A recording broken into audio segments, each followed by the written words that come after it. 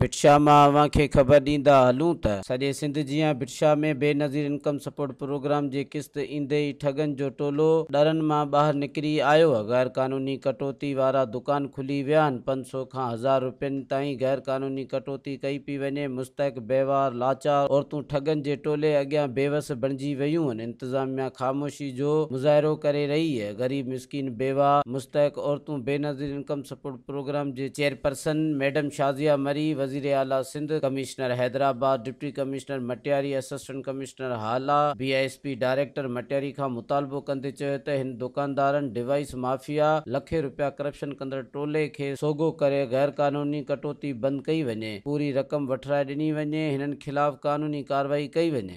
अस्सलाम वालेकुम, this is Farzana बहार।